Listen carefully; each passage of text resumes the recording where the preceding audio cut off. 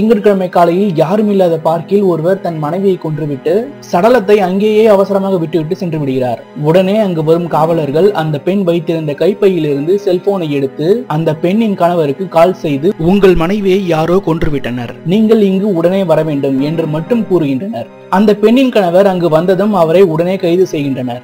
காவலர்களுக்கு அந்த பெண்ணின் கணவர் தான் கொலையாளி என எப்படி தெரிந்தது? காவலர்கள் அவரை எப்படி கைது செய்தனர் என்று கமெண்டில் தெரிவிக்கவும்.